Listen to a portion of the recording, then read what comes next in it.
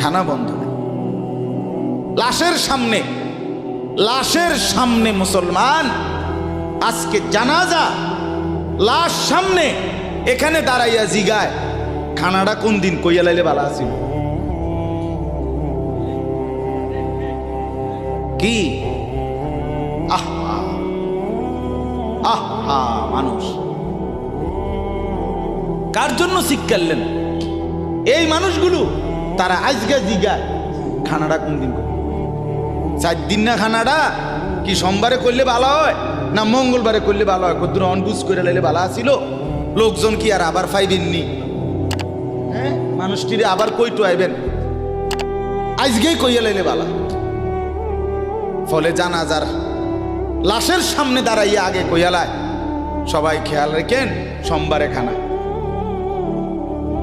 আহ, এর নাম দুনিয়া।